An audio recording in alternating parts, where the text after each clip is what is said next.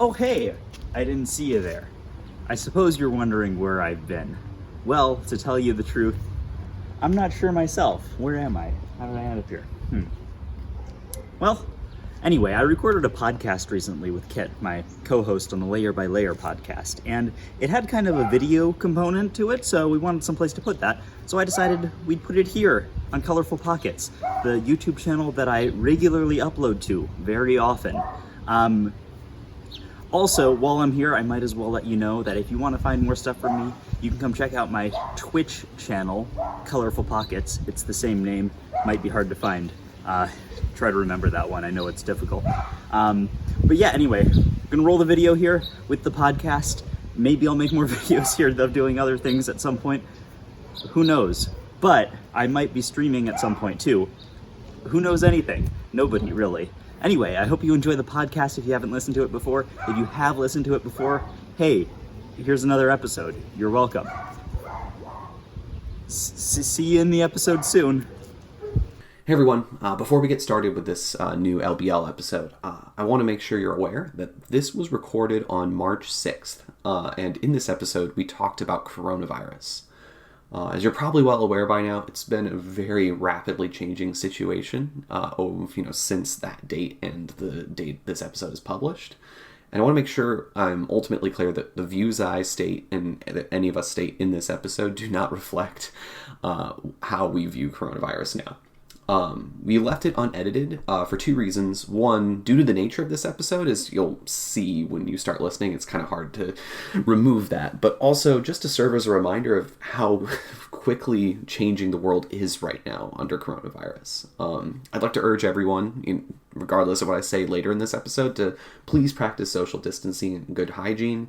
And we really hope that this episode is a distraction from everything that's going on in the world right now. So, enjoy. So, Andrew. Hello, Kit. Hi, Andrew. I had a dream about us recording a podcast recently. That's worrying. A little bit. We were in a bathroom. We were actually recording in person. That's a horrible place to record. Why would we do that? I don't know, but I had a dream that in this recording, Graham and Mark were both there, and they were sitting in toilet stalls for the whole time. Okay. And then we just randomly opened up the toilet stalls, and they were doing multi-blind attempts in a toilet stall. That's really strange. And it was a really strange dream. It's not a bad idea, though. Yeah, I think about 50% of that dream is going to come to reality this episode. Oh, I hope so. I hope it's the toilet part. So we have some special guests on our podcast today. We sure do.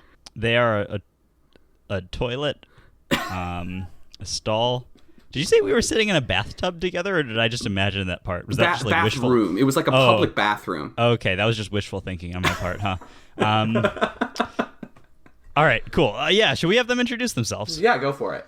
Go, Mark. Oh, I'm Mark Boyanowski, former multi-blind world record holder, former FMC world record holder. And former butter-eating world record holder. Former butter-eating champion, that's right. All right, and Graham, how about you? Hello, I'm Graham Siggins. I am the current multi-blind world record holder. Damn. And also, world champion and North American champion. Former 5-blind NAR holder. Nice. Which I will never have again. That's about it. All right. Yeah, we're doing something weird today. We are not only recording a podcast as usual, but these two champions of multi-blind are going to be attempting...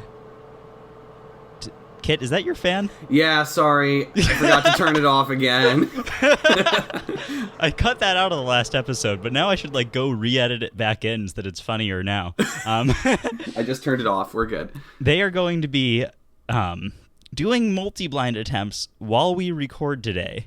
So let's go over how this is going to work, because this is a competition. This is a fierce, very serious competition. Incredibly serious, incredibly competitive. We're making a new meta. Yeah. So they are going to be scored, not only, they have the full hour. We're going to be recording for approximately an hour. And they have that full time. They are going to be scored not only for the number of cubes they solve, minus unsolved, like normal. They're also going to get points every time they contribute positively to our discussion, at which point I will ring my bell. Something like that. And they will get a point for that. I can also take away points from them if I just don't like what they're saying. What sound will that be? Unding. Wait, hold on. Can you hear that? Kind of. This is a, I don't know what this is. This is like a child's toy. It's got little, like, plastic balls on strings, and then there's, like, a plastic thing that they hit.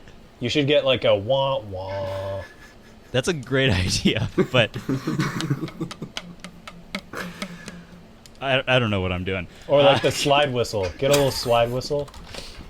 Oh, wait, I have a slide whistle. Well, That's the you know great, what? like, fail I would go sound. get it, except that we just took an hour getting this set up, so I don't want to waste any more time. Okay. Okay, that's fine. Let's see. Well, it was like an hour. Yeah, it literally was an hour.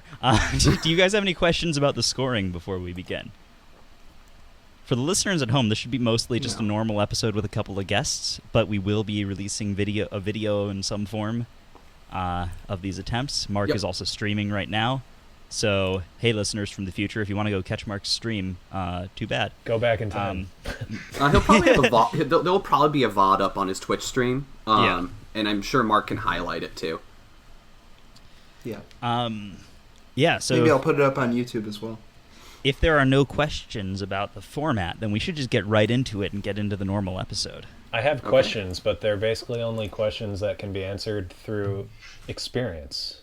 That's the best kind. We just have to do it, you know? All right, so Mark, are you ready? I guess so. Graham, are you ready? Guess so, yeah. Okay, I'm going to get a timer going. Let me set a 1 hour timer, and I'm going to count down. And Is it okay if I also time on my end? that is Like, totally cheating? fine, but I will have the official timer. I'm going to do that too. Yep, that's fine. Okay. So if you let me know when you both have your timers ready, and then I'll give a countdown, and we'll get the real thing started. And then we're going to have to start getting real professional, real quick, because I won't be able to edit this very much. Yeah. Oops. I am ready, yes. I am ready as well. All right, begin in 3, 2, 1, start looking. Oh boy. All right, they're off, Kit. I kind of feel like I want to do like color commentary, except that I don't know, it just doesn't seem like a good idea. No, definitely not. All right, so let's start as we always do with follow-up. Of course. I've got a couple things I want to follow up on here. I was listening back to the last episode, and you made some remark about there being 17 events, Yeah. and that just felt so wrong to me. Like, there are 17. I don't know. That's just a horrible number for the number of events. Yeah, I it should be highly disagree. 69, Prime right? numbers are amazing. It's Should be 69. what was that? It should be 69. That's what I've always said, you know? That would be a good number of events. 3 That by might 3 be with bets and oven mitts. Yes. Let's go. We're getting there on SEE. Do I not get a ding for that? All right. Ooh. All right, fine. You asked for it, and I'm only Okay, so giving the you. bar is pretty low for insightful points then. That's true. So, yeah, and this also could get confusing because the bell could ring for other reasons. Oh, right. This is But yeah. so difficult. You didn't know it, Kit, but you're also in on this competition. Uh-oh. So Moist. No, we've established that it's not just you saying weird things. I also wanted to go into some follow-up on why the Reddit link thing that we talked about last episode happened. Oh, yes. Yeah. So Hey, Kit. You were just in my memo, KT. Kit. Sick. The Game of Thrones characters were telling you to shush. So this Reddit link thing, apparently each That's post so on hard. what? Mark's not I'm having not a good time. Oh, that's awkward. I know, it's really difficult. You know what? I really can't hear you guys difficult. very well because you keep like talking over me. So y'all need to calm down. Okay. Yeah, the Reddit thing. Apparently it happened because when you make a post on Reddit, it has like a post ID. And for some reason that one post that you talked about, Kit, had the post ID that was like in the URL that I gave. But for some reason, for some people it doesn't go there and it just goes to a blank page. For other people, it went to that specific post ID, which is very strange and inconsistent. But hey, I guess that's what happened. I think it has something to do whether you use new or old Reddit. That could help to explain. I just IM'd your hive of bees, Kit. I kind of feel like Graham is cheating here by just using his Am I allowed to just interrupt? You appear in my memo a lot, Kit. I think about you all the time. I'm so honored. You appear in my dreams, too, shitting on a toilet, doing multi. Hell so. Yeah. Awesome. I also wanted to point out that I managed to get the results from UCSD Winter for Team Blind onto SEE. So, Oh, nice. Yeah. That's good. Did that. Yeah, I really hope that does take off and has a much more, like, solid usage rather than, like, 50% Russia as it is currently. Yeah. I mean, why don't we, like, make this a new event? Multi-blind with podcast. And we could submit this. You're an SEE delegate or whatever, right? That's true. This is the dream. Let's just make podcasting an official WCA event. I never want to do this again. That's a point. Come on. How does that get a ding? Lame. So I'm gonna need it. you are. Well, I think that's it for follow-up. That was a short follow-up, but it's hard to concentrate on anything. So, You're telling me. yes, let's move into our topics. Well, first of all, I wanted to talk about the bell, since I'm using it this episode, and I've used it in the past episodes. I want to tell the people at home that they're very close to figuring out what this bell is all about. But they're a little bit off. Crunchy. I guess. Wait, You see, what the hell? I'm so confused. the bell, people have connected that like it might be something food related, and I've seen a few comments like that. You're on the right track, people.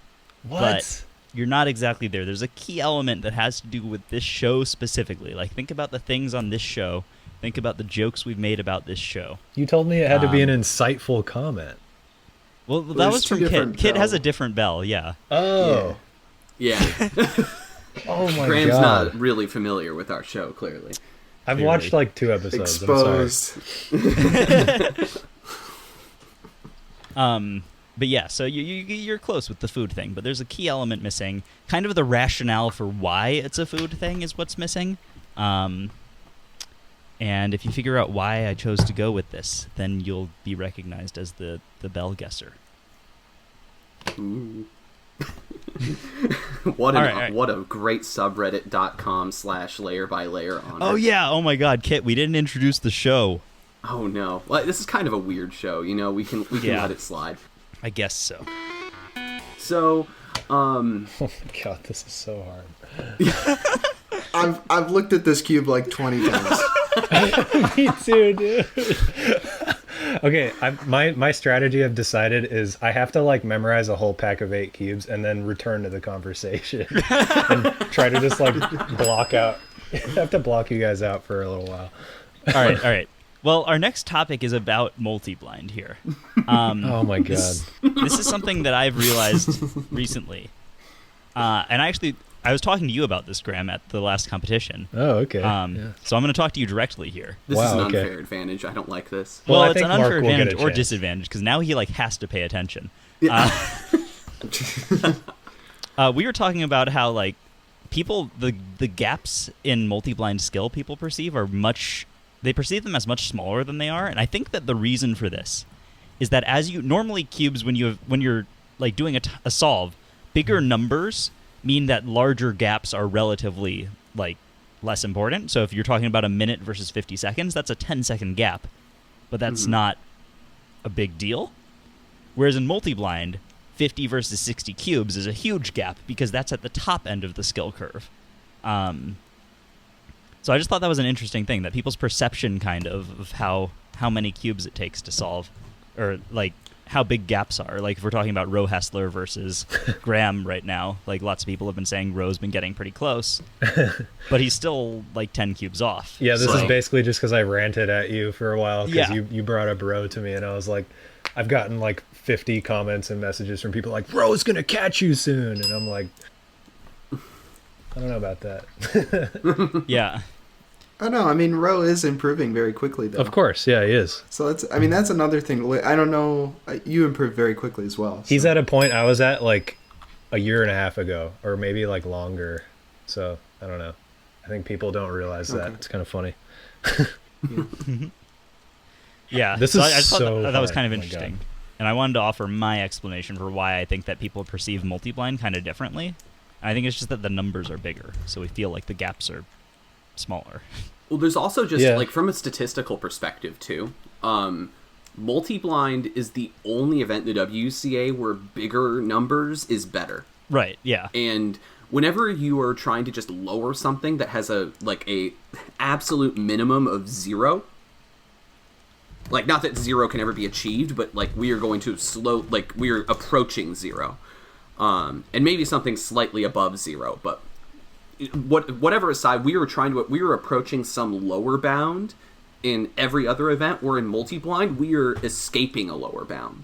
Yeah. And I think that can also really make a huge difference in terms of how far away people seem, because when you get higher in skill, your number shoots up. There's nothing stopping you other than pure time and skill from going higher and higher. Obviously, you could be stopped, by skill when you're trying to reduce your times, but you're also just getting stopped by the physical limitations of not being able to solve faster than 0 seconds. Yeah, definitely. So I think that we see those gaps and think like, oh, it's close, but we also don't realize that the gap between there is 100% skill. Oh, that's true. Yeah, there's no baseline, I guess, really, would be how I would say that. Is like, if you're talking about 3x3, you have to add like 5 seconds is just like a baseline for like, that's what you can do with a solve. Whereas multi-blind is just like, every single cube is just adding. There is like, the baseline is 0, right? I guess, kind of. Do you all remember in 2013 when we thought like 41 was amazing, like the most incredible, never beatable thing? Oh, I remember that. I remember my first time competing in multi-blind, like talking about how amazing that was. That's like what got me into multi-blind. I was showing people that video before I even learned how to do 3-blind, and I was like, look how like psychotic this guy is. Like I actually thought Mascow was insane, because like watching that his memo and fast forward, he like looks like he's like hallucinating or something. And that's, I think, what's so cool about multi though, is that obviously we can keep breaking records lower and lower, but at some point they just get incremental. Yeah.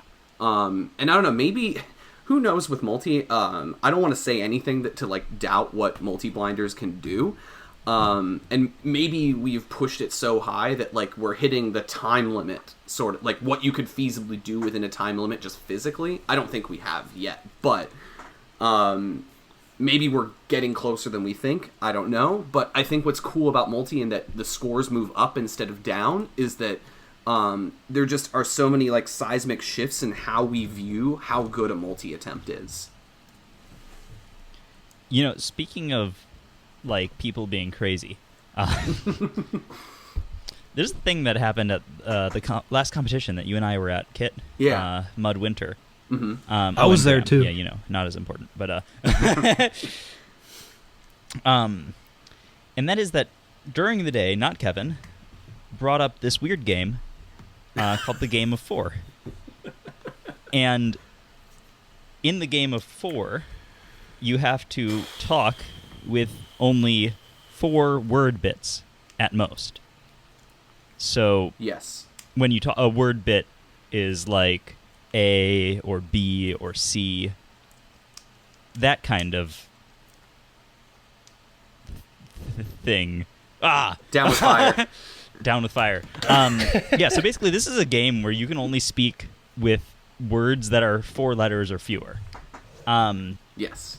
And there was a big group of us just playing this at the competition, like all day, just casually in the background of everything. Yeah, and everyone sounded like a toddler. Yeah. And the thing is, though, I was doing this for so long. Like, we must have done this for an hour or two. And by the end of it, I was, like, so in my head about it that I was kind of censoring my own thoughts about, like, just to make sure that they all used 4 letters or less in every single word I was even thinking. And this really messed me up when I was trying to scramble cubes. Like, I had a way higher misscramble rate than normal. Is this how the Square One got, like, super, super far behind schedule? No, that was just a result of bad scramblers, because everyone good was competing at that moment. This was part of why I think it was either 4 or 5 by 5. One of them got a little bit behind because me and Alex both kept messing up all of the scrambles because we were in this game of 4 mode, and it was just really hard. I don't know why. Like, it didn't affect my actual solving that much, but it did a little bit. But it was mostly the scrambling, trying to read the letters on screen and, like, figure out what my hands are supposed to do when I'm not actually able to think about it in a normal way. So are you saying you only did 4-move scrambles? I should have. I wish. Oh, I just did the first 4. I can't do any more. Someone's going to shout down with fire at me. Yeah. Oh, yeah, and that's the thing. If you ever say something that's more than 4 syllables, letters, you have to say down with fire. I don't know why. But yeah, I just wondering. I think that we should at least do a small segment here on the podcast where we all speak with only 4 letters or less in our words. Oh my God. While y'all are also trying to do multi-blind. I should have done like 15 cubes. I'm trying 41. I'm gonna DNF for sure.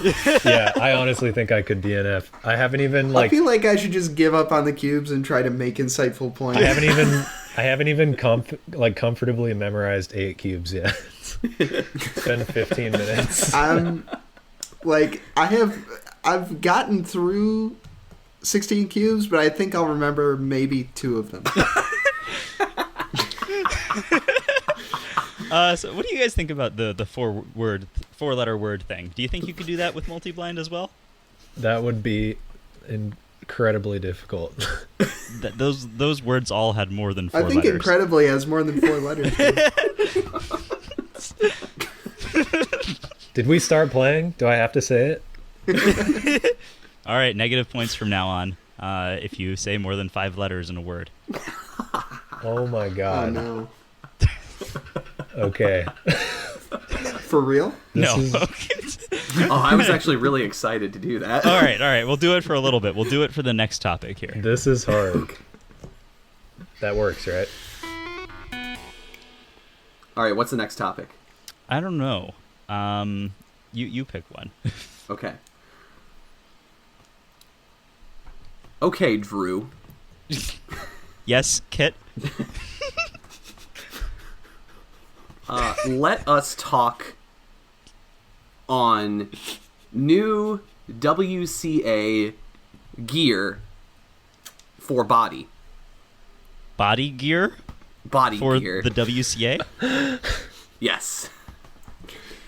Okay. What do you want to say? The WCA made body gear. New body gear.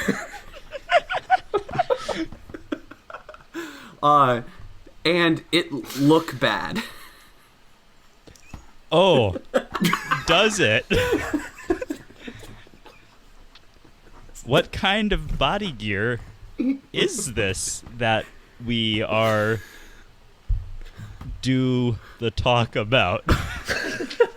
I've been on this cube for like... Hey, Andrew, you said about. Down with fire. Got him. An hour. That is not good. Not very good.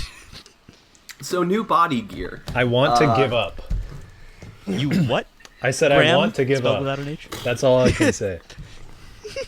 That is all I can say. That is. No contract. Down with fire. So, this new body gear, was not made good. It looked very kid-like. What body part did body gear go on? Up. What font was the text in? Sans? Sans. Sans. Haha Sans. Haha. Sans.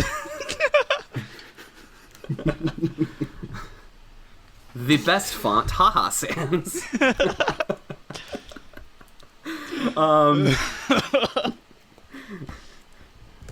Can we talk good now? Yes, we can talk good. All right. So yeah, a new T-shirt was released by the WCA. They announced that it was going to be released, and it definitely did not look very professional. Yeah, I saw this. I don't remember what it was, but I thought it was a joke when I saw it. Yeah, it's like April. We got another month. Yeah. Or two. I think by the time they released it. But yeah, this. I don't know. It definitely was very strange. From what I've heard, so it definitely had it rounds on social media as being like this horrible, like, what is the WCA doing sort of thing.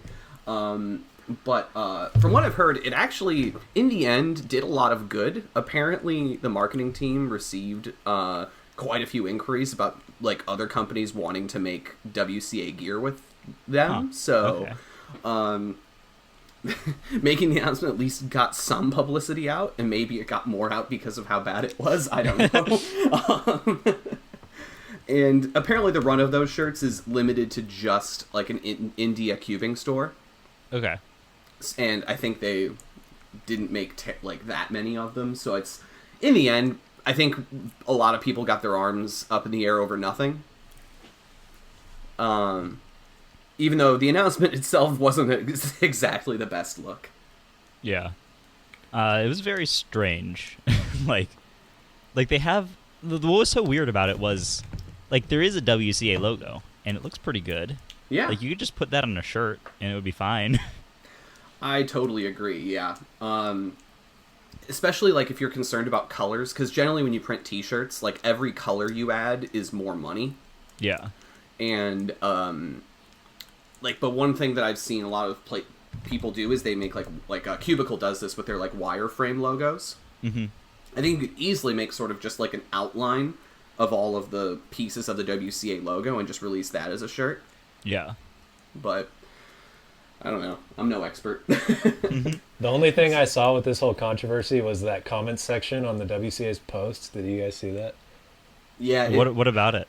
Just all the comments on it were hilarious. I think, like, both of you commented on it, or at least I definitely commented on it. It was hilarious. I don't know what else to say. I'm just trying to talk. Yeah, there was like a tag group on like bad graphic design in one of the comments or something. Nice. I don't know. I understood the reaction, like, as I definitely reacted very strongly to the release of this shirt. Like, I didn't think it definitely did not look like a great idea, is what I'm trying to say. But I don't know, it's probably not the end of the world, and it ended up, from what I've heard, potentially opening up new deals in the future, so that's pretty cool. Yeah. I totally agree, though. Like, just putting a WCA logo on it is ideal, because the shirt as it is looks like something that somebody made, like, to sell bootleg or something. Yeah, exactly. Like, I would see that shirt and just be like, that's not a WCA shirt. My biggest problem with the shirt actually was like that the white square like blended in weirdly with the white color of the shirt. Yes. Yeah. Like, it's such a specific... But it wasn't the font, really, that got me. It was that. But the classic haha sans. Haha Sands. Oh yeah, it was Sans. I forgot I about think I that. found an episode title. I'm noticing that I'm like embarrassed to chime into the conversation because I'm trying to like tune in and out, and I have no idea what you guys have already said and haven't already said. Yeah, I thought maybe that point had been made, but I just figured I should power through. Just It do actually it. had not been made. So good Yeah, on no. you. Okay. I'm just trying to think of the shirt from memory here, so I really should have pulled up. Like, if I were a good podcaster, I would have pulled up a picture of it so that I could actually talk about specific things about it. But instead, I was just like, nah, shirt Yeah. bad. Andrew, you are a great podcaster. Oh, thank you, Graham. Yes. Wow. All right, let's move on to another topic here. We don't have the luxury here of meandering about topics forever. We got to Right. move on because this is in real time. You pick another one, Kit. Okay, sounds great. So, do we all remember, like 4 years ago, when this kid was basically lambasted by the cubing community for releasing like this video of a competition vlog where he corner twisted intentionally God. like 5 times per solve? Meteor cubing. Yes. Yes. That's it. Yeah, I remember that.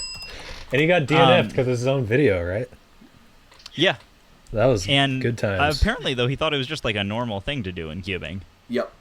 Yeah, in fact, if you went to his channel, like he had like tutorials on F2L where he just twisted corners to teaching people how to do F2L by twisting corners. Yeah, and like obviously he wasn't trying to hide anything. Like No, it's totally just like honestly, it seemed like that's honestly what you thought you could do. yeah, Hey, I have a fun story that's kind of relevant, and I'm totally gonna get a point. When I was learning how to cube, the first time I accidentally twisted a corner, I got to OLL and I was stuck on it for literally like 2 days because I couldn't figure out. I like thought I forgot how to do OLL, and then I realized Oh man, my friend told me I have a twisted corner, and then I was like, oh, that's what that is. that's rough. So the point of me bringing this up is that on speed solving, everyone's favorite cubing forum that we should all move back to for discussions instead of Facebook, had a post from the corner twist kid like earlier in February, where he basically made a post just saying he wanted to say some things, kind of like apologetic, kind of just like giving context about what happened. I don't know. He didn't really say too much in it, but it was kind of interesting to see that like he came back to the community that basically like, you know, emotionally scarred him as like a 10-year-old or however old he was. Wow, Yeah. wait, how long ago was this? It was 2016, I think. Well, that wasn't. Didn't this happen like, I don't know, 8 years ago or something? So like, I guess 4 years after the fact or something. or About no, that. the corner twist thing happened 4 years ago, Oh Yes. wait. and then he just made this post like recently. Oh, I like thought you were last saying month. he made this post 4 years ago. No. Oh. He made the post last month. He twisted corners 4 years ago. Oh, okay. It's okay. Graham's not in the right headspace right now. Sorry. Clearly. Do I lose a point for that? No, it's okay. It's okay. It was an honest attempt. Okay. Is the point tally secret until the end? Yeah, because I don't even know it. I'm not keeping track. I'm just ringing my bell. Oh yeah, we're not gonna know How are who we gonna won know? it. Like at the end of the. That's a podcast. great point. I don't know. Maybe you'll have to just find out like when the episode Later. goes up. Maybe my stream chat is keeping track. Hopefully. I bet I started keeping track a little bit early on, but then I like wasn't sure if a bell did ring or not. So Kit is anyways, just like haunted by like. That's he has- gonna be where all the points come from for me. it's like roughly like 6 to 4 Graham, I think, right now. Huh. Oof. Okay. Okay. That's from what I remember, but I'm not totally sure. All right. Anyways, I'm gonna try to tune out for a little bit then, because I've got my lead. So, what was most interesting is that in the post, he actually said he wanted to come back to a competition sometime, Okay. which would be kind of interesting to see how that would go down. But Yeah. I mean, It was an innocent thing, I think. I Yeah. feel like everyone was pretty harsh on him, and they didn't really need to be. I totally agree, and that's like the thing that kind of like bugs me the most is that as a Cuban community, I feel like that we came down really harsh on that situation. Yeah, like, it was easy to make jokes about it, of course, but, like, that's a real person. You always got to think of that. Yeah, and I mean, jokes are one thing. It was the comments on that YouTube video were another thing, though. Yeah. And granted, it was mostly small kid on small kid crime. But at the same time, like, cubing is, for what better or worse, a community of, teenagers. Yeah. For the most part. You wouldn't tell by the 4 people we have on this podcast, but generally that's what comprises like the biggest chunk of the community. So, and for that reason, most of those kids who were around back then probably aren't even cubing now. So it's kind of like I feel like if you did come back to a competition, people that stuck around would be like, "Oh, hey, glad to have you back," and the people that probably bashed him a lot then, for the most part, are probably not as active anymore. So, yeah, I don't know. I just thought it was cool to see that the Corner Twist kid was, actually interested in coming back to a competition sometime. Yeah, for sure. Yeah. So, while we're sort of in between topics here, just a Yes. quick update. We have about 31 minutes left in the multi-blind attempts. I'm like wildly behind schedule. Yeah, same.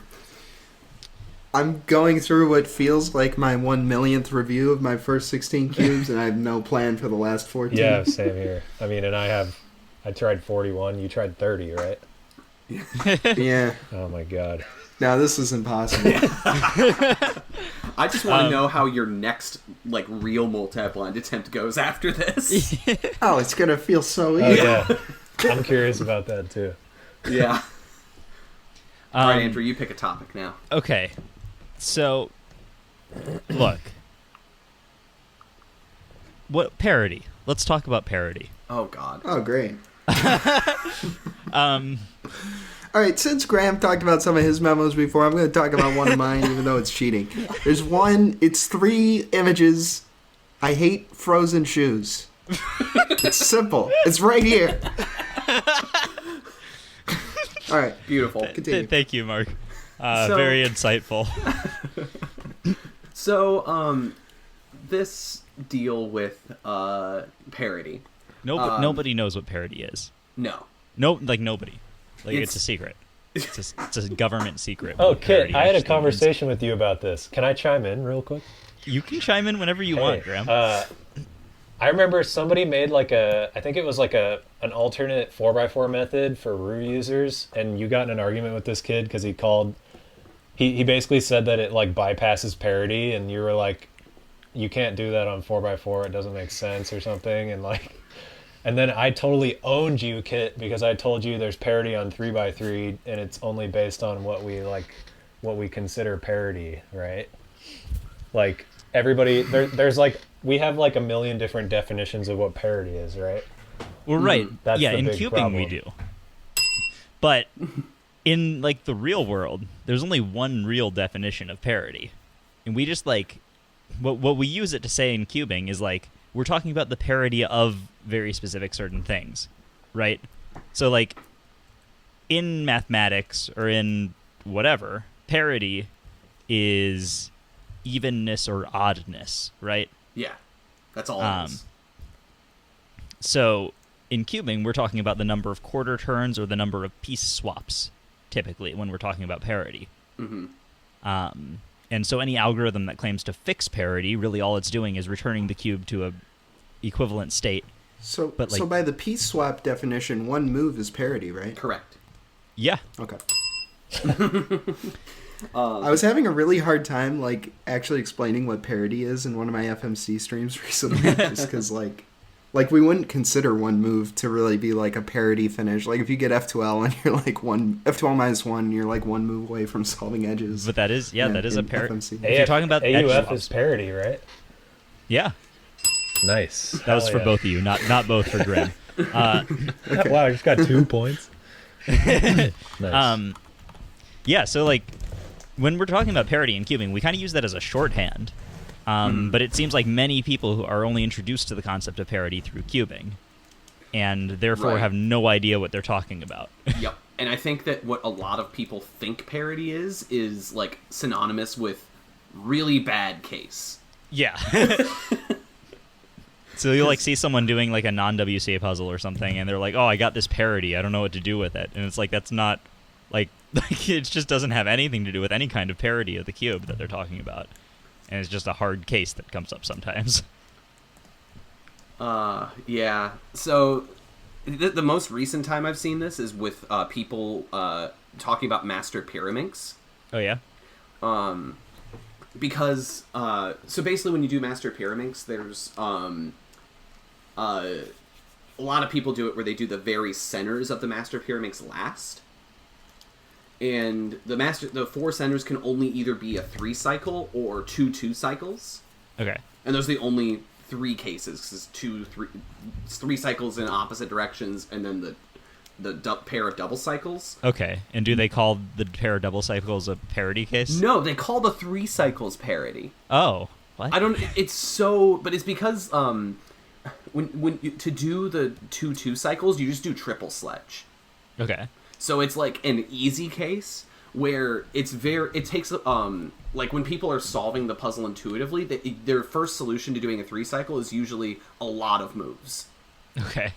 And they just say, "Oh, that's parity." And it's like, "What?" Are we calling U perm parity now? It's like by no definition can you call U perm parity. Yeah. I mean, it's like, yes, it's an odd number of pieces, but it's still an even number of swaps.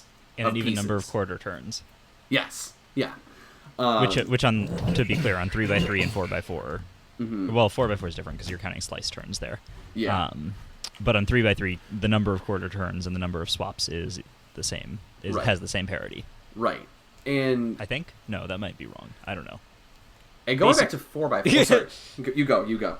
Oh, well, basically, like a single quarter turn on a 3x3 does a 4 cycle of corners and a 4 cycle of edges. Right. So the parity is still even for the whole cube, but if you're looking at just corners or just edges, it changes the parity.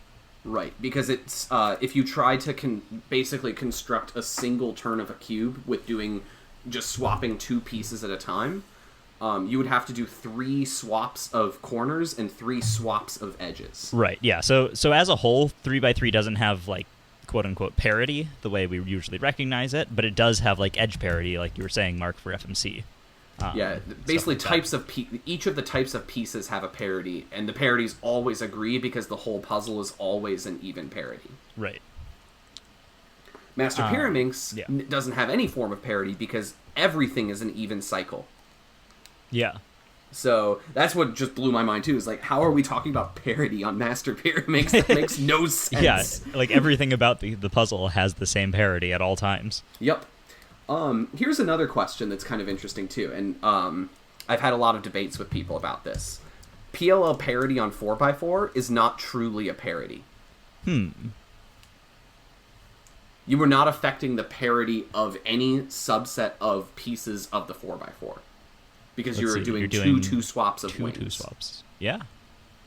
I guess so. Yeah, the way you can see it as parity is that when reduced to a 3x3, right. It does affect the parity of edges, which don't exist on a 4x4, but it affects the parity of the edge pairs. Yeah. So I think it's fair to call that a parity just because in the context of a 4x4 solve at that point, you're solving it like it's a 3x3. Right.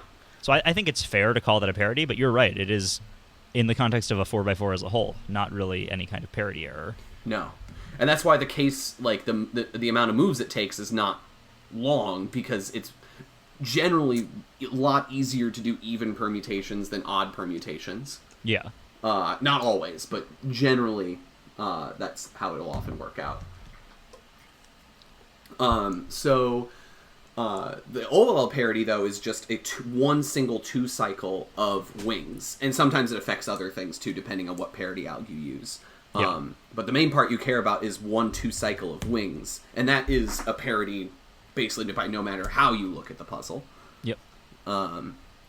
So I don't know. It's really interesting to me that there's not a lot of agreement or understanding, I guess is really the better word, on what parity is. It's really had me want to like create some sort of YouTube series on like group theory relative to cubing. Yeah, I think that would be useful. Because not a lot of people really have a great grasp of how like the cube works in terms of like theoretical constructs. Yeah, like I was introduced to the concept of parity through cubing, for sure. Mm-hmm. And I didn't really know what it meant until I heard it in a math class at some point. Yeah, totally. And I think it's when I was a high schooler and learning cubing, like I definitely like had the heuristic of saying that parity is really bad case. Is it just So here? you're Is saying- parity in math like a much simpler concept than it is in cubing? I mean, all we're referring to in cubing is the parity of a specific thing. So it's, I guess it is, in math it's very simple. It's like, is it even or odd? Yeah, pretty much. But it's the same thing in cubing. We just see it in different terms because it presents an obstacle for us, I guess. It's harder to explain, I guess. Yeah. Yeah. Well, it's because the term was applied to talk about the even or oddness of a state, but like the actual inherent evenness and oddness of a given state is not obvious to the user of a cube. Yeah. And that's what makes it really tricky and difficult to like understand or communicate with others. You know what else makes it difficult to communicate and understand others? What's that? Coronavirus. Oh boy. You know what makes it difficult to communicate and understand anything? What? This type of multi-blank. I don't know, Kit, you put coronavirus in the notes, so I you did. want to talk about this, presumably. Yes. So there's been a lot of competitions in the WCA actually canceled because of coronavirus. Oh, okay. And How many has it been now? I actually don't know, but it's gonna balloon real quick from what I'm seeing. Yeah, for some reason I hadn't thought about that. Like, I've heard of lots of other events and, like, gatherings and conventions and stuff being canceled, but I hadn't thought of cubing. Oh yeah, Kit, Yeah. they just canceled West Seattle Favorites today, right? I saw that. Yep. That was the first USA competition canceled because of coronavirus. Also, South by Southwest was canceled, that big music festival. Yep, I heard about that too. And there's like a huge science conference, I forget which one, but it happens every year and it's giant, and that got canceled. Yeah. Science Yeah, is canceled. It's really a bummer. I don't know. It's interesting the whole deal with Seattle right now, where the first U.S. competition was canceled. It's kind of an interesting situation with the coronavirus situation there. I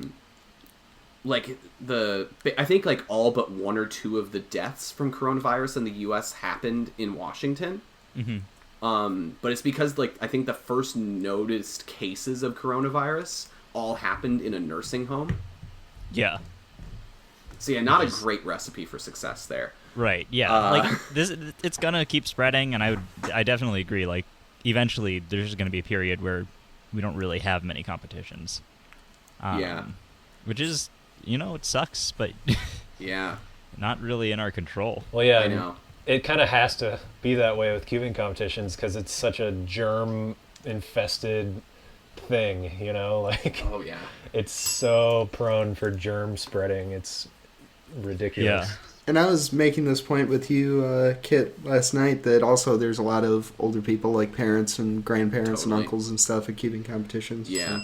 Yeah, because that's the one thing about coronavirus that makes it kind of interesting is like all of us in the that are here right now, I don't think we have anything really to worry about in terms of our own lives when it comes to coronavirus. Like, there's always the chance, but it really seems like from the data that we have so far that like if you're under 50 years of age and don't smoke or have like respiratory issues, you're gonna be fine. Yeah. The issue is for that Yeah. older crowd. It's a herd immunity kind of thing. Yeah, exactly. Like, the younger people have to be healthy so that old people don't catch it. Yeah, exactly. So I don't know. It'll be interesting to see how this evolves. Yeah. Because I definitely just booked a competition in Oklahoma to go to this month. Ooh, yeah. Hope I can make it in time. Yeah, we'll see how fast things go. Like, I have a competition at the end of the month. It's like, I don't know, I probably will be fine, but I don't know how quickly this is gonna change. Yeah, and it's tricky too, because like, because there's kind of two approaches I feel like you could take to holding WCA competitions right now. Is one, have them anyways, but like basically be very open to refunds. Yeah. Like, and let people sort of make their own decision on this. And because I mean, like obviously if you're like the parent, like a parent that's on the older side, like maybe you should reconsider. If like the kid is like able to go on their, like old enough to just kind of go on their own, like then it's probably fine. Yeah, but even if what if the kid catches it and then goes home to their parents? Yeah, that's true too. So And I feel like in general it's better to just cancel things. Right. Or just convert everything to like small quiet competitions so that, you know, lower risk of anyone having it. Yeah, then it's not considered like a major competition or a major gathering or anything. Like a gathering of like 10 people isn't that bad, right? I think that's actually what like the CDC is like stating, that like if it's over 10 people, then it's considered like a big gathering. Okay, well then let's just start having more quiet competitions. Yeah, that's not a terrible idea. By the way, you guys are at 16 minutes, 20 seconds remaining. I've comfortably memorized 24 out of my 41 cubes. I have 16 minutes left. I don't know what I'm gonna do. I don't know if I've comfortably memorized any of them. I think I'm just gonna like only attempt to solve 30 at the most. Because I can execute 30 in like, I don't know, 10 minutes at best, probably. I think I'm going to start executing soon, because honestly, I don't think I'm helping myself much by spending more time. Yeah, so I don't know. It's going back to coronavirus. It's definitely a tricky situation to deal with, because like it's I don't know. It's like on one hand, yeah, cube competitions are so germ infested. On the other hand, like the general audience of a cube competition is not totally at risk. On the other hand, their parents might be. So yeah, I don't know. It'll be interesting to see how it evolves. I mean, from what I've heard, from the most part, like there's been a lot of recommendations from what I've seen to actually like not close schools.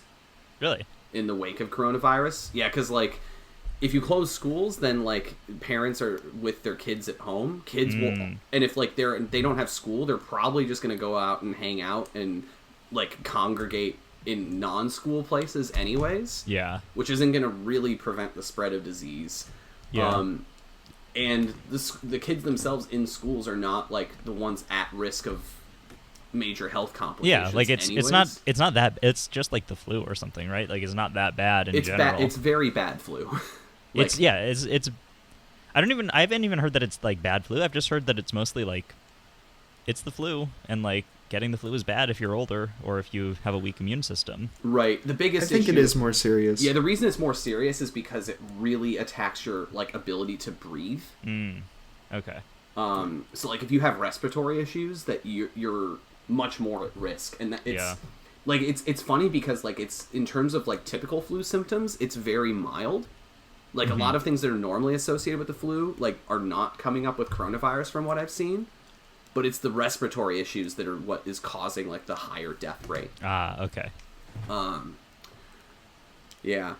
I don't know. It's it'll be interesting to see how things evolve, but yeah. Well, hey, if you can't go to a competition, you know what you can do? What's that? Take pictures of your cubes and post them to Reddit. Like 30 times a day. Per person. Is that a thing people do? I haven't been on r/cubers in a while. Is it that bad? It's so bad.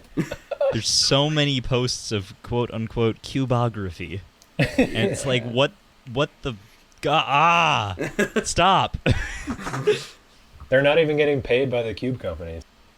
Yeah, it's like they're literally doing free advertising, right? Yeah, it's like you're taking a decent picture of a cube and like I've seen a cube before. Like it's just not like unless it's something really cool and special. It's like I don't want to see it anymore. And also, who came up with the word cubography? That's the worst word I've ever heard. I mean, it's... That'd be a good podcast name, though. Actually, Cubography. Yeah. Like but like the graph part, that means like just recording or writing something, right? Like you lose the photo part of photography when you say cubography. So it's like cubography could be anything. Like you can't. That's not how words work.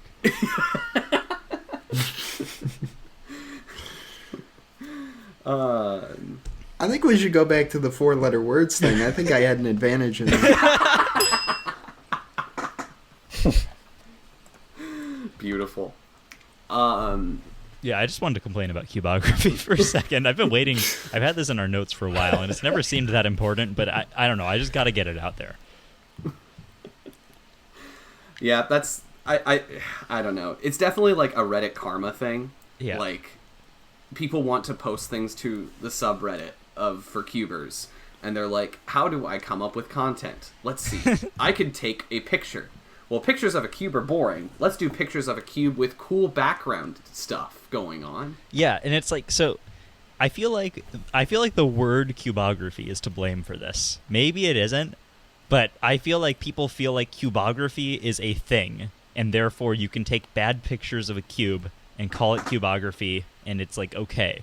And it's content. Yeah, it's content. If the word cubography didn't exist, it would just be like, hey, I took a picture of some cubes. I think it's pretty cool. And I'd be like okay with that because it would happen less often and it wouldn't be like a thing that you do. Is there a name for when people take picture of their food, like on Instagram? I feel like there is, but I do not know. Do you have something to say about that, or are you just wondering? I don't know. I mean, it's just like, do they have a stupid word for it, like foodography? Foodstagram. Foodstagram? I have heard Is that No, what I it is? just made that up. I think no, I've heard that. Wait, really? I think so. Yeah. Gross. That's hardly a word. I agree. It's bad, but that's better than cubography because at least that has like the specific thing of like Instagram. The Insta part is the part that doesn't matter, right? It's the gram who's trying to do a multi-blind attempt right now. But yeah, so like at least if you keep the gram part, that's like keeping the photo part, I guess, of Instagram. I don't know. Yeah, I'm gonna try to start executing really soon. I've memorized almost Yeah, me almost too. 30. There's no way I have enough time to execute all Okay, these. so I've ever started. do we want to give like a 10-minute extension on this attempt? I don't think it would help me. How about once they start executing? I think I have a chance. I think I could execute all of these, maybe. I mean, I feel... Did you actually get through memorizing all of them comfortably? I've memorized 24 comfortably, yeah. Oh, okay. I'm like trying to short term the last 6, but yeah, we have less than 10 minutes left. Less than 10 minutes for 30 cubes is going to be rough. Yeah, it's gonna be tough for if me. you guys both start executing, For we sure. could give you an extension. Okay. If you both want to start like right now, we could give you a 10-minute extension. I'll start. Can I start in like a minute or two? All right. I mean, if he starts right now, like if you give us 10 minutes extension, I'll definitely have enough time to solve all of these. We're not going to be able to hear anything over Mark's turning. I know. Oh, God. What can I... Is there anything I can... No, it's fine. We'll just shout over you and I'll cut it out in the edit. Alright, I'll try to hold them... I'll try to hold the cubes as far away from my microphone as I can. All right. Let's pick a new topic. I'm done complaining. So, I've come up with an interesting situation for competitions that I've just kind of noticed as like a common courtesy sort of thing. So not the rest of the world doesn't set up their competitions this way, but in the U.S. it's really common to have 6-foot tables for the competition area. Yeah. And the 6-foot tables basically will fit 2 timing stations there. And if you put the chairs like on the sides for the judges, that basically gives like 2 chairs on the long edge of the table and then a chair each on the short ends of the table. Just to give a picture of what a station looks like. And at competitions I've been to recently, I've been very cognizant of how people get in and out of the chair, because it's actually affected some of my attempts recently. Oh, really? Like some people, like, I can't remember what competition it was. I think it was Washington Championships. We actually had like 5.5-foot tables or something. So it was just like barely crowded more than it usually is. And as a result of that, like, if people got up and walked out of their chair on the inside, so like if they walked away from their judge, it was really cramped in there. And like I had some stalls where I had like elbows bumped from people getting out of their chair. Oh, geez. Yeah. And I've started to become I like became aware of this now, like when I started going to other competitions, even with the like extra half foot back. And I wonder, like, should it be like a accepted courtesy to, when you're at a competition, get up and out of your chair on the judge side rather than the inside of the table? I could see that being a reasonable idea. Yeah.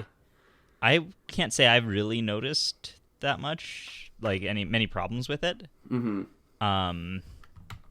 But yeah, especially if it's more cramped, I think that's reasonable. Yeah, I only became aware of it because of this comp that just had slightly shorter tables. Yeah. That's the only reason I ever had even thought about this as like something that we should be thinking about. But like at a competition that had a standard size table there, like I was noticing that like people were getting like really up in my grill sometimes when I was trying to solve, because when they were getting out of their chair, they just got really close to me. Yeah. I would say if the situation's cramped like that, then you should be aware of it. But in general, I've never noticed any problems. So Interesting. I mean, I've noticed some problems with, like, I don't know, people just sitting down next to you and like doing weird stuff before they solve. Yeah. Like that's more of an issue for me. Like if you have, like, if you go around the table and like set up your camera in like some big obvious way and you like talk to the judge loudly and you like, I don't know, like clap or something before you solve, that's more of an issue for me. Oh, totally. Yeah.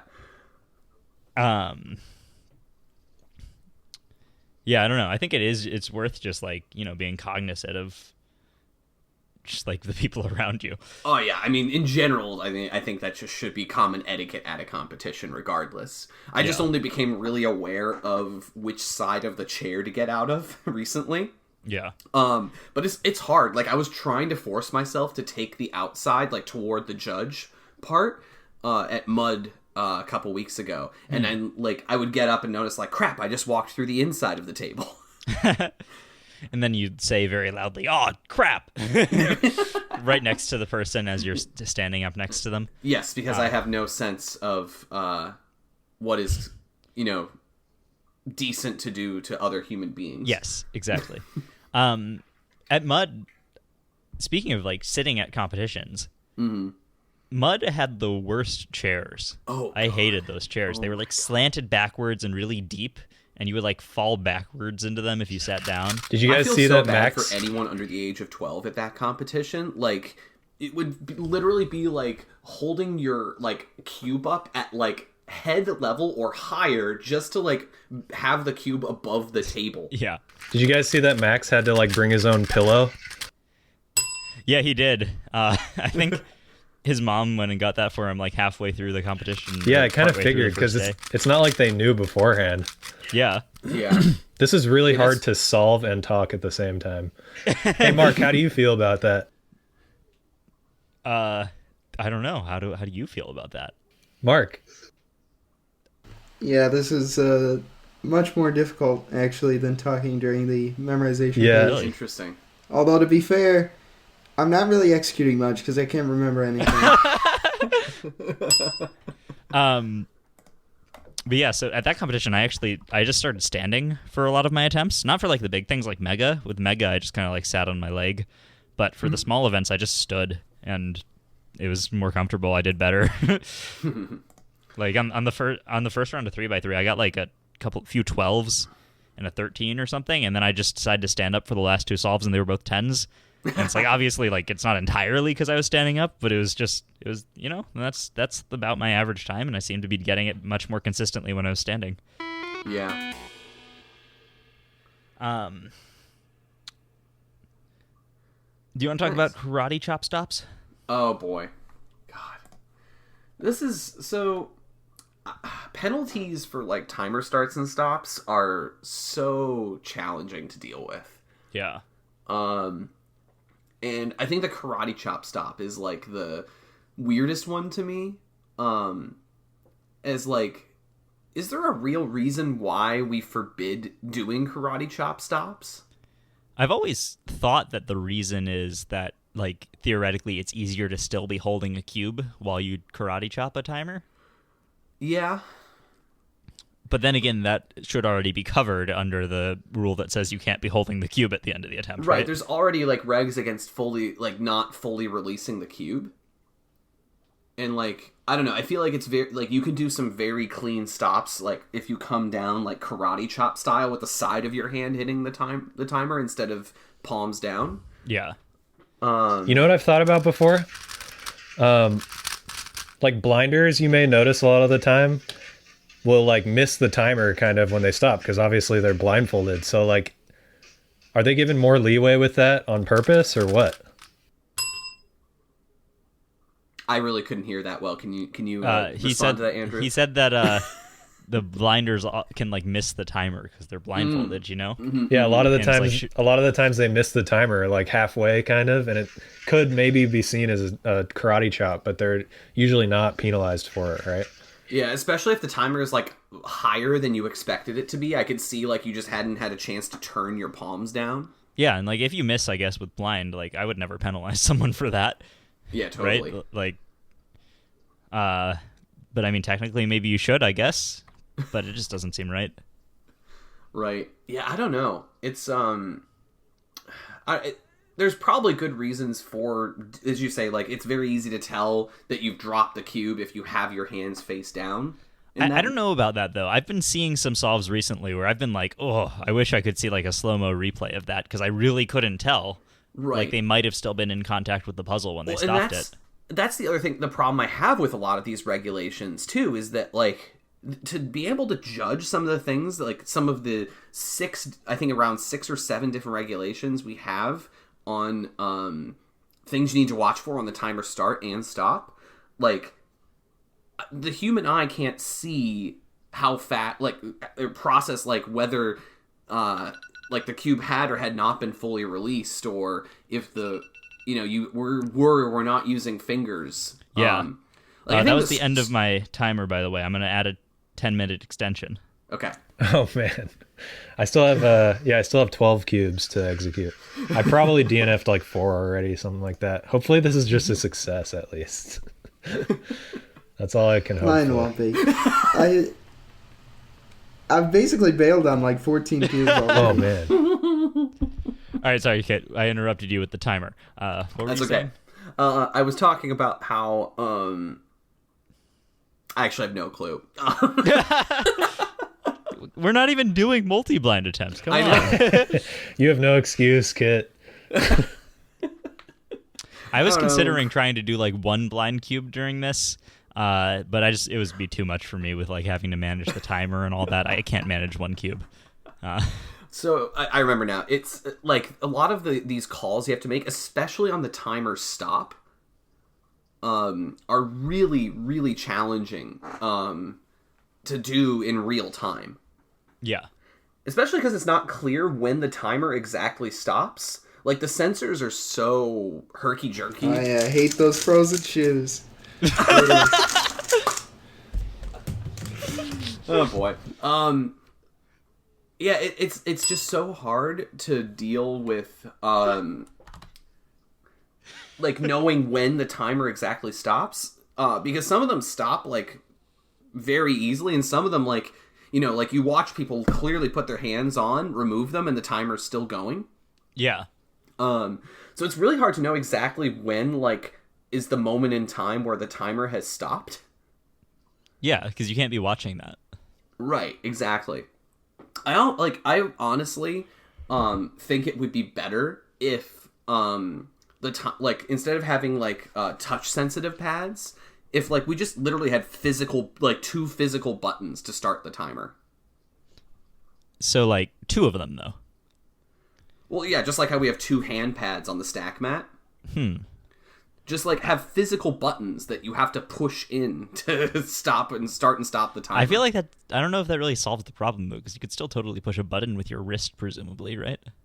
I mean, you totally can, but I think it makes it a lot easier for a judge to physically see when the timer is stopped because you watch the buttons get depressed. Yeah, that's true. I guess with just touch sensitive things, it's really easy to kind of graze them and stop the timer before you actually have stopped the solve. Yeah, and I mean that's a big problem we've had with WDC cases recently. Yeah, there have been people cheating by stopping the timer with their wrists, and the judge doesn't notice because it's really hard to notice that, and then just finishing their solve. Hey, you guys want to hear a funny story? I do have a... Sorry, go. Want to hear a funny story? Sorry. Oh my god, they both tried to talk at the same time. They're both blindfolded. They don't know what's going on. And now they're being nice to each other, letting the other person speak. Graham, you can go ahead. My one-handed personal best, or not personal best, PR. My one-handed PR. Sorry, I'm trying to remember where I was in my corner execution. All right, I got it. Yeah, my one-handed PR. I'm pretty sure I might have stopped the timer accidentally mid-solve because the solve didn't feel fast, but it was a PR. And I asked my judge, and he's like, "Oh, I don't know." And I was like, "Well, I didn't film it, so what do I do?" And they just took the solve. And so I've always felt kind of iffy about my one-handed PR single. It was barely a PR, but it still feels weird because I'm I don't know whether or not I stopped the timer early, and the judge wasn't paying attention. So there's nothing you can really do, you know? Yeah. Kind of a weird situation. So my thing is slightly unrelated, but I've had this idea for a while about fixing some inspection-based issues with timers, where you could the competitor could start the timer, take off the cover, yes, and then it could stop an inspection timer when you take your hands off the timer, when the actual stack mat starts. Yeah. If that makes sense. Yes. This is something I've been dreaming of. I was just about to get into what the ideal speed stacks, or not speed stacks, what the ideal cubing competition timer should be. And that's a feature where imagine there's a third button on the stack mat that was that you pressed that was inspection, and on the screen it would count down from 15 seconds. And then basically as soon as your hands come off, the inspection timer would be smaller font and would read how much inspection time was taken, and the real timer would start as soon as that stopwatch would stop. Yeah, that doesn't really help with the end of the solve stuff, but beginning of the solve would definitely smooth that out. I have two cubes that are completely scrambled. I'm pretty sure I swapped two cubes in execution. Damn. Well, okay. Other than that, I have 3 DNFs, and I solved 30, so that's 5 total. So I set aside 11, so 16 DNFs out of 41. Have you taken the blindfold off? Yeah, Graham's done. Yeah, Graham is done with his attempt. How are you doing, Mark? Okay. 16 DNFs. How much time do I have? 4:25. Can I ask? Yeah. What? 4 minutes 25 seconds. I successed. I mean, Graham, that is a success overall, right? 25 out of 41. Yeah. So not terrible, I guess. Yeah. World record so far. Yeah. We'll see how many points you have from the discussion. Wait, can I keep getting points from discussion since there's time on the clock? We'll see. Yeah. I think it's fair. Yeah, that's fair, I guess. I'll allow Sick. it. Yeah. Mark will allow it. So what do you guys want to talk about for the next 3.5 minutes? Let's talk about politics. How I'm Politics not would be a gonna be able to really, solve a single other- really great, just easygoing, not controversial thing to talk about in this current climate of our country. You know what I mean? Yeah. For sure. I'm just kidding. We should not do that. So, do you guys like chocolate or vanilla more? Vanilla. This is political, dude. Oh, I didn't mean. Wow. All those. Don't read anything into. I just meant literally as a Wow, flavor. Mark. Wow. Wow, Mark. Man, all those Choco Bros are gonna come after you now. I don't think that's a politically correct term, Kit. What was the corner memo for this? Not that I really think I got the edges right. That last one was for Kit, by the way. Oh, nice. Oh, Kit, you were in my memo again, and the second time was, I was IMing your hive. So apparently you have a hive. IMing? You have a hive that you weren't telling us about. What are you IM? What is IMing? Instant message. Instant messaging, yeah. I'm such a boomer, huh?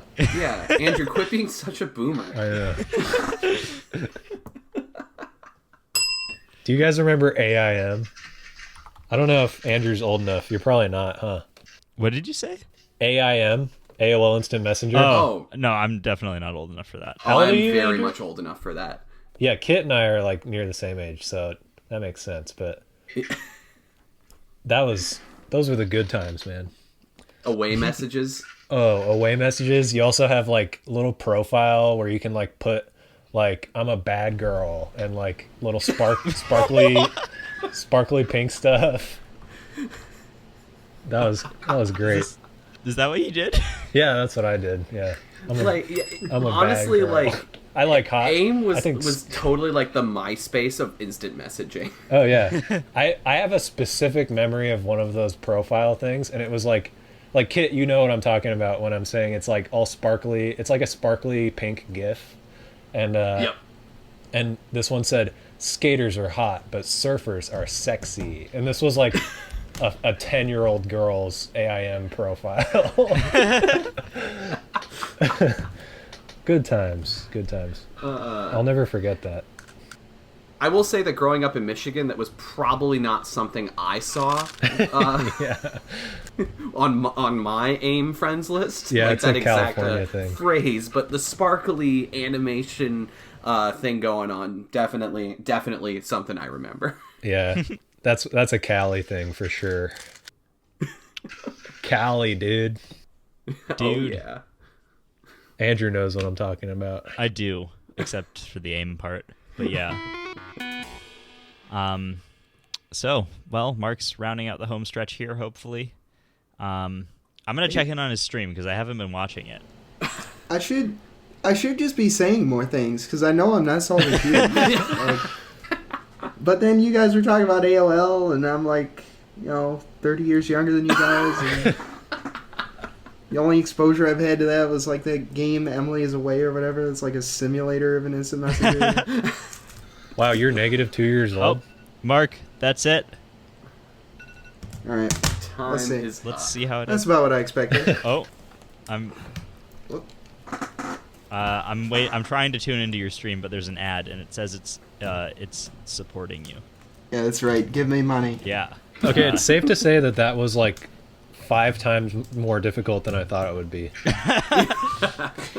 See, I figured it would be more difficult than I thought it would be, and I was hoping that like maybe you would have attempted more cubes than you should have. Oh, I definitely did. And that it was going to be an advantage for me, but that did not happen. Yeah, I think both of you over attempted by a mile. Yeah. I don't know. No, but me for I sure. think like Mark's skill level is not too far back from mine. Like 30 is kind of roughly about the same as 41, I would say. Like with Yeah, I think it was like in terms of my skill level, it was roughly. So I got 9 cubes I solved. think you Okay. probably approached you approached reviewing in a way that was probably too similar to your normal attempts, and thus it did not work at all. I'm guessing. Yeah, well, the thing is, I also didn't plan it out well enough. I'm I mean, I kind of plan to like review, like, so in my normal attempts, I review 8 cubes, or I memo 8 cubes, review 8 cubes, and then memo the next 8, review those 8, and then review those 16. Repeat that for the next 16. This time, I just memoed the first 8 and then reviewed it literally like 8 times, because every time I reviewed it, it was like I was seeing them all for the first time again, which is not good. And so I just kept reviewing it over and over again. And I'm guessing you didn't do that, because you said you were on like reviewing 16 cubes like when I hadn't even finished my first 8-pack. So, well, I did like, I don't know. I don't remember exactly what I did. I started off doing something similar to normal. And I don't know. Well, I reviewed the first 16 a bunch of times, and then I didn't have any plan going into the last 14. yeah. so I think it's likely that Graham will be the winner, but we can't know for sure until the final score is tallied. Yeah, I did. Yeah, I think he had more bell rings than me as well. So I attempted to count the bell rings. The thing is that Andrew, your bell does, or at least the mic that I am listening to you through, which is not the same one the listeners have. Yeah. At least the future listeners, the stream listeners currently also can't, Right, yeah, because you've got like Facebook compressing it and all that stuff. Yeah, so it's really hard for me to hear your bell, but the ones that I could faintly hear, I actually tallied a 13-13 tie in bells. Ooh, all right. Oh, Kit, you can see my video, right? I do have a video for you. Wow, I just found all these other solved cubes that I did. Oh, I forgot about all these cubes that I saw Incredible, Graham. in that attempt. I like this idea from one of my Twitch viewers. Same time next week, but Andrew and Kit are the ones doing the multiple. I'm sure that would go great. That would actually be kind of interesting. I mean, I couldn't do it same time next week, but I'd be down to try it at some point. And Mark and I are like pretending to be podcast hosts with like 0 experience. Yeah. Well, and Kit and I would be pretending to be multi-blinders, so. That's true. Oh boy. So what was your final score, Graham? I got 25 out of 41, so I don't know. Math. 9 points. 9? Okay. So then, Mark, you had some negative thing, which we actually do have to count considering the bell inputs. So you had, what did you have, 9 out of 30? Yeah. Yeah, Mark would, if 13 bells is accurate, Mark has 1 point. And Graham has 22. Okay. Oh no, I didn't realize that. I thought a DNF was just 0 points. I don't know if that's fair. Come on. I mean, I'm Just giving bring you a that up. point, Mark. Take it or leave it. 1 point, take it or leave it. Well, everyone, this has been the first Layer by Layer game show episode. We might do more of these. Yeah, I think our plan currently is to try to do them every 10 episodes. This 10 was feels episode... like so much, though. Do you know how unoften we record episodes? Yeah, maybe we'll do it sooner. I don't know. I think that's what we can at least guarantee is to try to do one, like, at the very bare minimum every 10 episodes or so. Is just a fun mix it up thing. So For sure. Yeah. Well, Andrew, good luck editing the audio of this. Thank you. Can It's going to be a imagine nightmare. That's going to be don't really expect fun. this to come out anytime soon. Yeah. But all those claps we did. The make it claps. easy. Oh, yeah. Claps might make it in because they might be the most coherent part of the show. I don't know. This actually, I thought this turned out great. Not gonna lie. Yeah, no, it was really fun. Yeah, it was there fun. were I definitely just points thought, where I was like, "What are we even doing right now?" I wish I had a better strategy. I would kind of like to do this again, to be honest. But like go in with a better plan. I'm down to try it again. It's just, All right. yeah, it's just so difficult. I don't know. First step of the plan is do less cubes. Oh man. Well, thanks so much for coming on to the podcast. I know this was a real Thanks for having pain me. in the Yeah. butt to schedule, but we finally got it off. No problem. All right. All right. Today is March 6th, by the way, for Oh, those yeah. people who care.